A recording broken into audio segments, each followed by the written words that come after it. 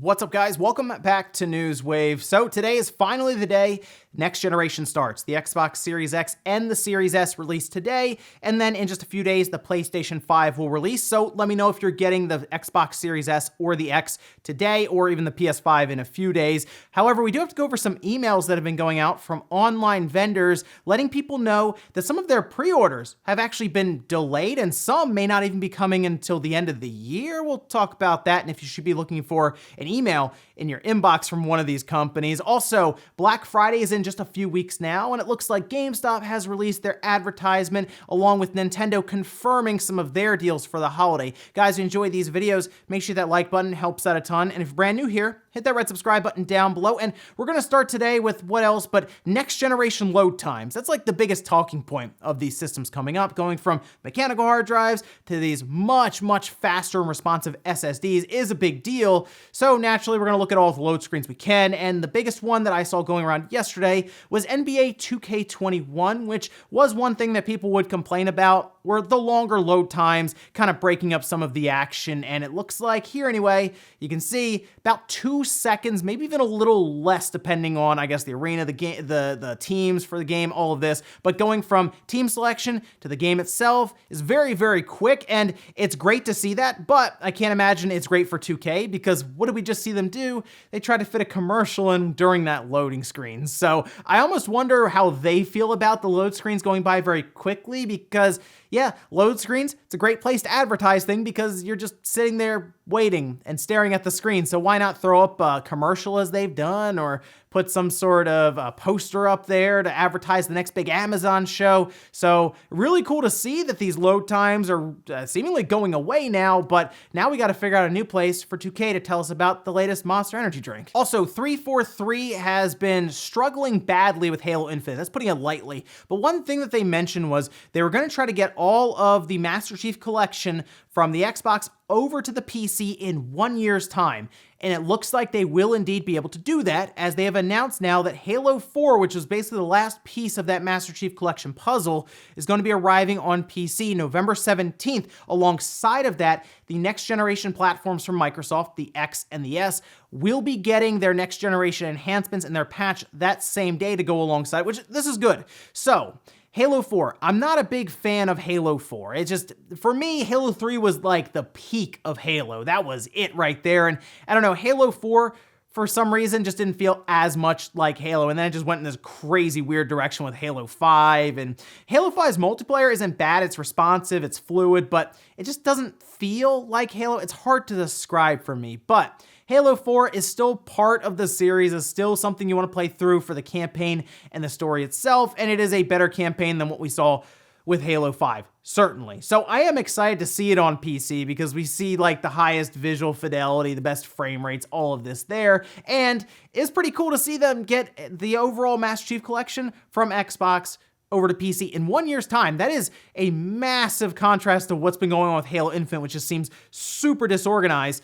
Then Master Chief Collection gets ported over to PC, they do the test flights well, all of this stuff seemed very organized, and it gets done. So here's hoping Halo Infinite can get some of that action and get out there maybe next year. But at least Master Chief Collection appears to be done on PC November 17th, and we'll get some cool enhancements on next generation Xboxes. Oh, and Game Pass continues to roll along. They keep adding more and more value to it. And I don't know if this is like a reaction or just them trying to figure something out with Halo Infinite being pushed.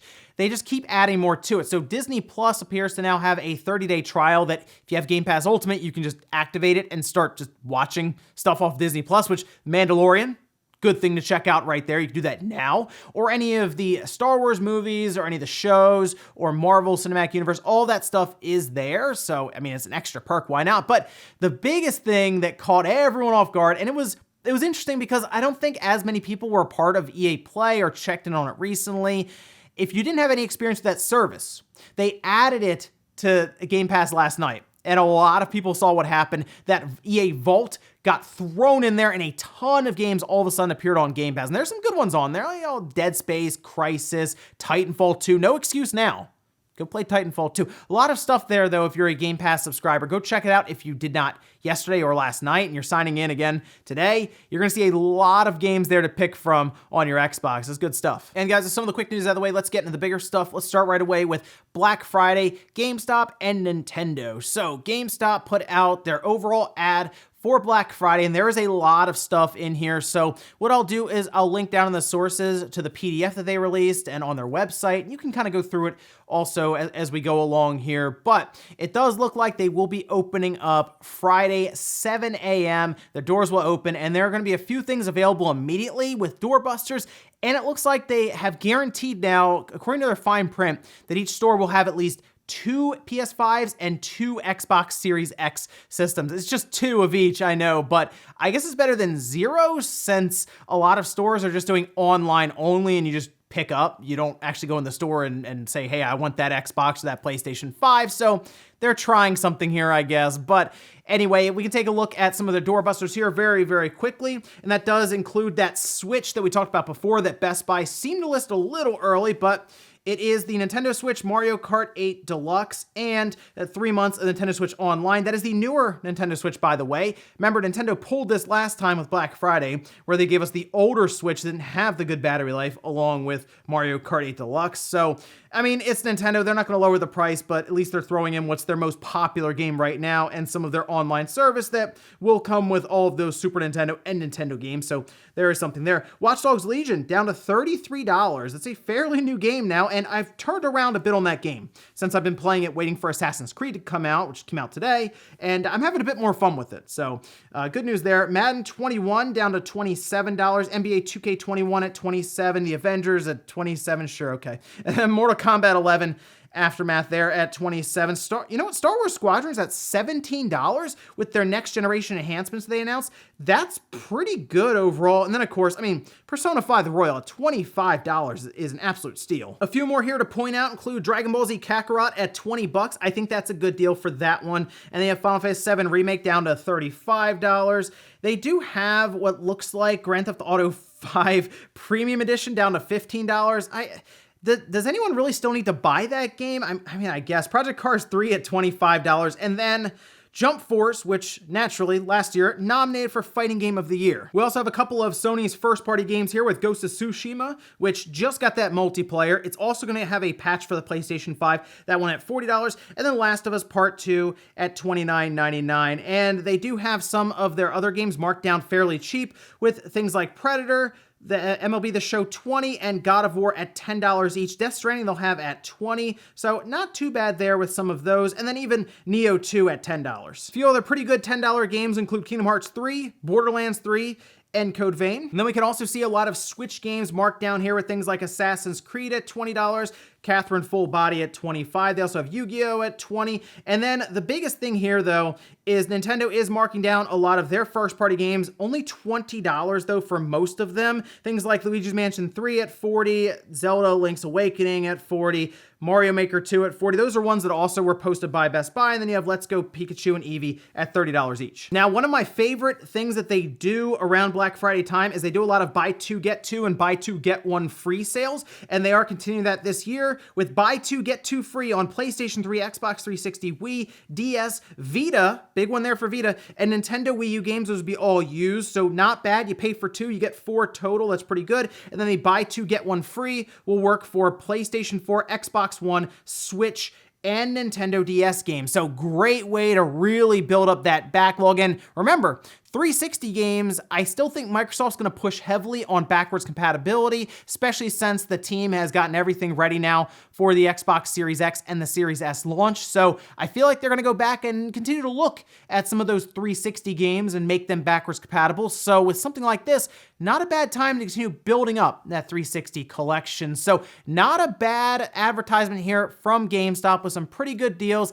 Nintendo's deals are so-so. And again, retailers are in a strange spot right now because they're not going to mark down the PlayStation 5 or the Series X. The sale this year for either of those systems is just having them. Next up, let's talk about Xbox Series X and PlayStation 5 pre-orders, because as I was kind of thinking what happened here with these online orders, and there were a lot of them made, since that's kind of the way we're trending here with the holidays coming up, a lot of online shopping, it does look like there's a lot of confusion right now for shipments showing up on time, getting to the warehouses, being sorted, because now we're seeing emails from Amazon saying that the Xbox Series X system may not arrive until December 31st. You can see this, for example, tweeted out by Adam Taylor, saying, "We're contacting you with an update regarding your order of the Xbox Series X. We expect to ship your console in the coming weeks as we receive more inventory in November and December. At this time, we anticipate that you will receive your Xbox Series X by the December 31st or before." So clearly that is them saying, we don't know when we're going to get it, but we're going to give you the latest possible day this year,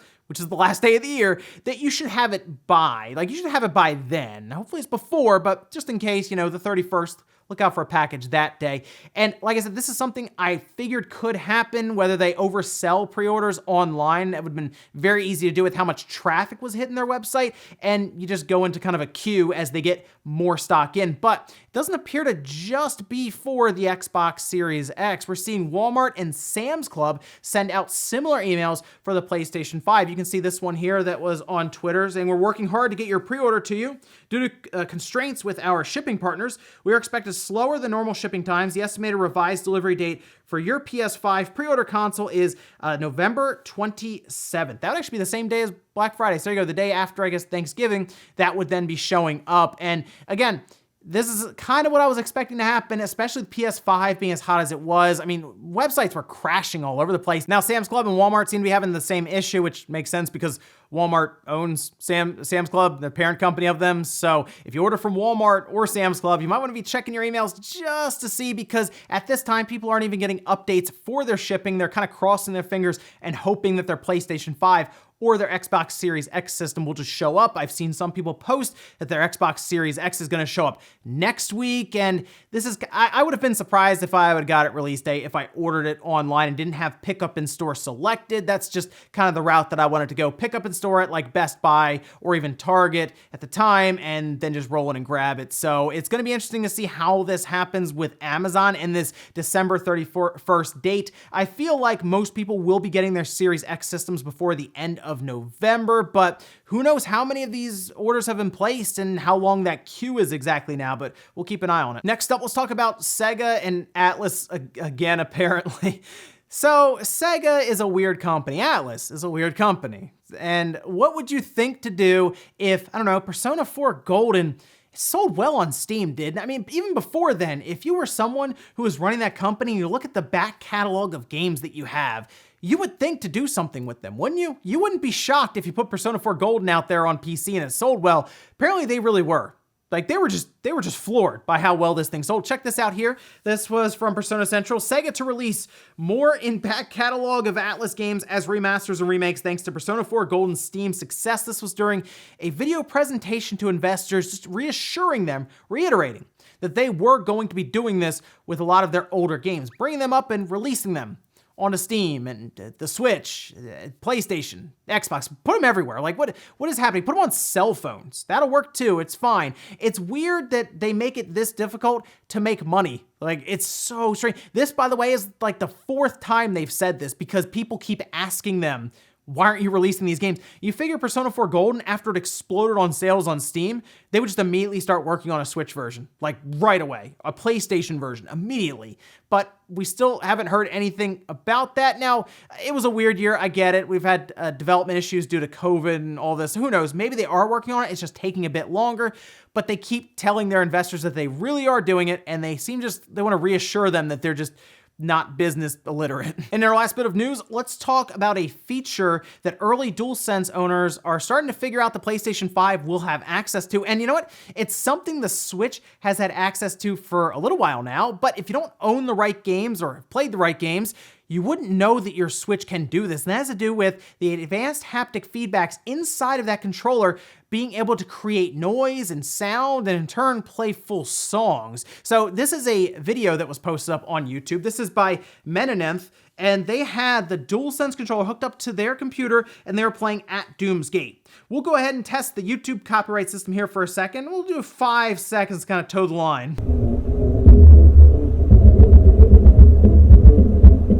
Now, I would go watch that video in full because it is really weird to look at that and say, wow, okay, I'm listening to this, I hear the song, but it's from the rumble motors that's creating this noise. It's really cool, and they put on the box and helps amplify it a bit. Very, very neat to see that. Now with the Switch, the Joy-Con controller specifically, I remember with Super Mario Party, when it was your turn, it would play like a noise or a jingle to kind of remind you that it was your turn. And it was weird because when it first happened, I was like, this thing doesn't have a speaker. How's it doing that? Yeah, it was the rumble motor. And if you beat Kirby, I believe, there's a little song, little jingle, little play. Let me know if there's any other examples. Those are just the 2 that I remember off the top of my head. But now I wonder if any of these developers will use that at all, like to have the idea of it having vibration, but then also playing some sound along with that vibration from the same source. It could lead to some pretty cool experiences, but naturally, we always talk about, will these developers use some of these new features that Sony presents beyond the first year, or at all? Like, we're talking about those adaptive triggers. We're trying to figure out if they're gonna be used much beyond the first year or so, and now we're talking about the rumble motors making noise, so it's cool. It's something that's there. We'll see if anyone actually uses it, though. And we'll finish up with the comment of the day, as you're seeing here. This is from Spritz saying, hey, John, quick question. How do you decide what platform to buy games on if the game is on several platforms, since you probably own them all? I want to buy games on Switch that's also on PC, etc., but I'm always afraid it won't run well on Switch versus the others. So what I do now at this point, because the games, for the most part, going into this next generation, they're going to look and play well on the PS5 and the Xbox Series X. Games I get on the Switch are, well, Nintendo first party, that's clear. But if it's an RPG that's a bit longer, one that I can play more portable and it's a bit easier to grind that way, usually that's where I'll get it on the Switch. But now I'm down to controller preference. So Tony Hawk, right? We had 1 and 2 come out. I want to play that on a PlayStation controller. So I'd rather get on the PS4 or the PS5, right? Let's say we get a new Tony Hawk. Or if it's a shooter, I'd rather get it with the offset sticks on the Xbox. So that's kind of where I am right now, unless there's some major performance difference between the PS5 and the Xbox. I'm kind of deciding just based on controller feel. And ladies and gentlemen, that's gonna do it here for Newswave. If you enjoyed this video, guys, hit the like button, really helps out. If not, hit the dislike. Leave comments down below about everything we talked about here today, whether it's that Black Friday advertisement from GameStop or Nintendo's deals. Let me know if you saw anything in there that you really wanted to pick up. Also, what about these delays for the Xbox pre-orders and the PS5 pre-orders online? Did you manage to get one of your Xboxes today? And have you already confirmed pickup or delivery for your PS5? Thanks guys for watching, and I'll see you next time.